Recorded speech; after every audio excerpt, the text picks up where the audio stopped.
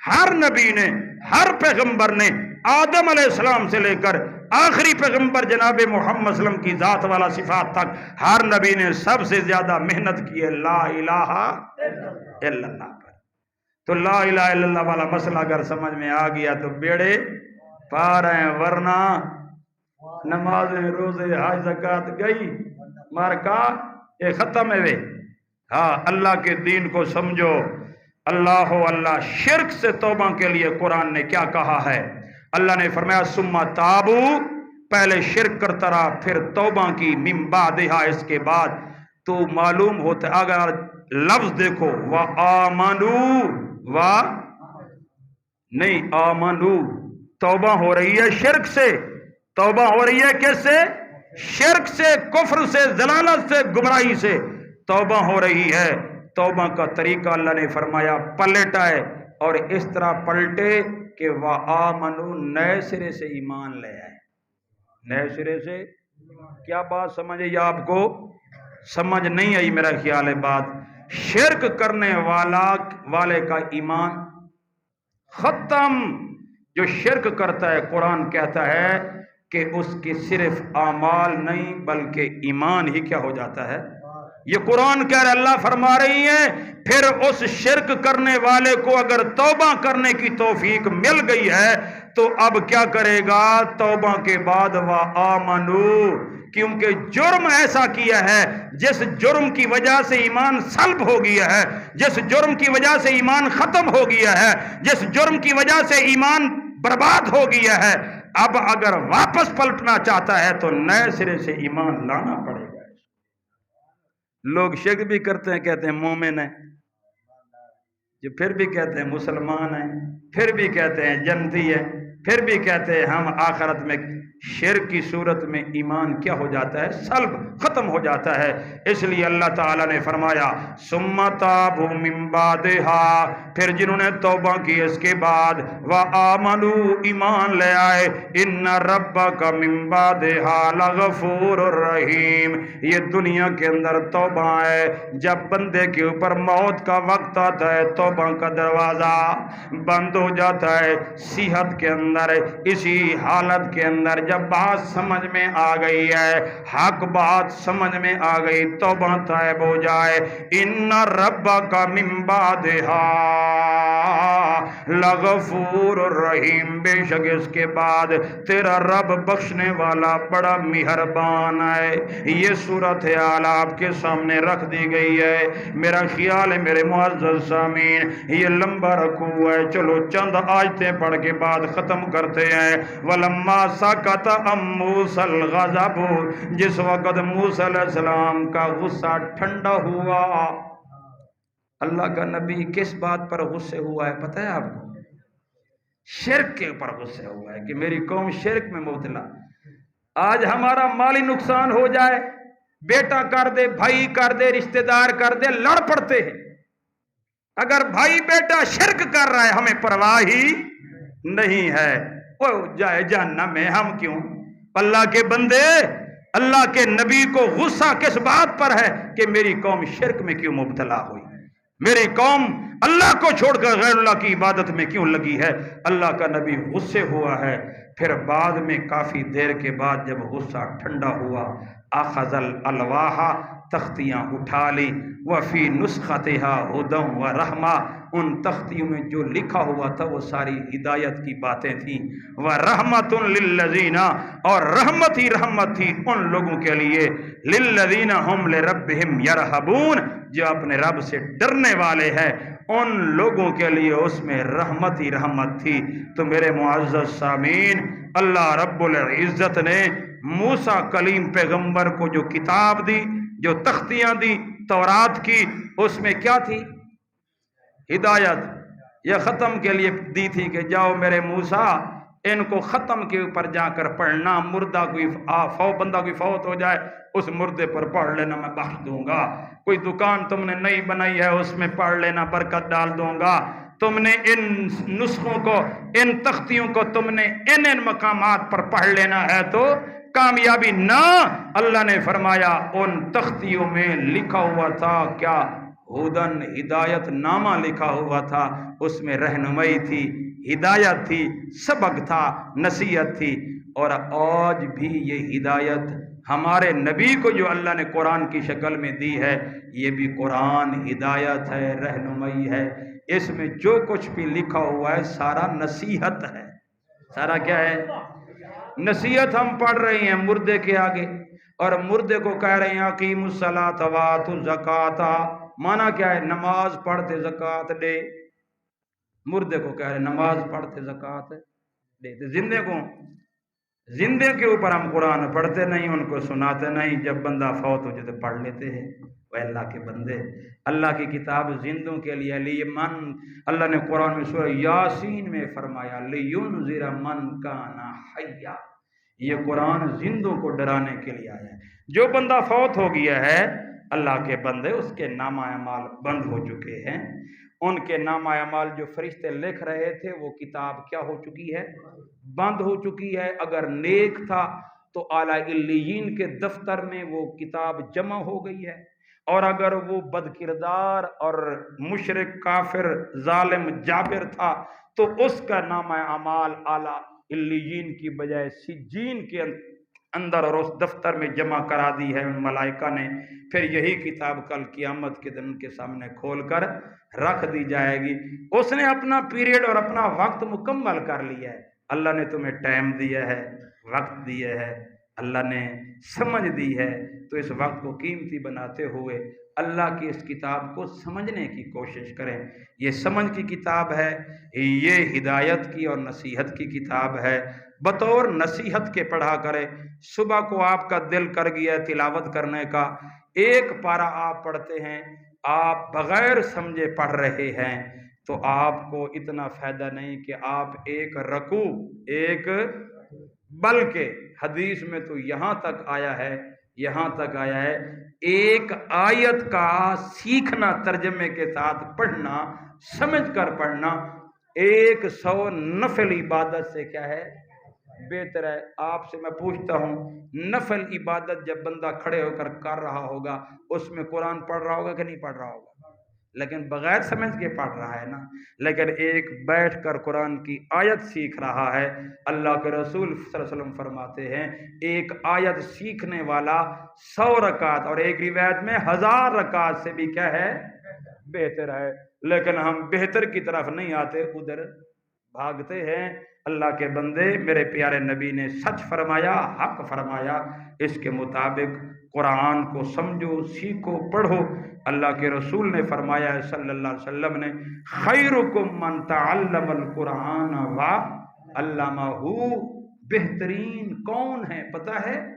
ہم کہتے ہیں بہترین لوگ وہ ہیں جن کے پاس مال ہو، دولت ہو، کرسی ہو، اقتدار ہو، جن کے آگے پیچھے ہے مرید ہوں، پروٹوکول ہو۔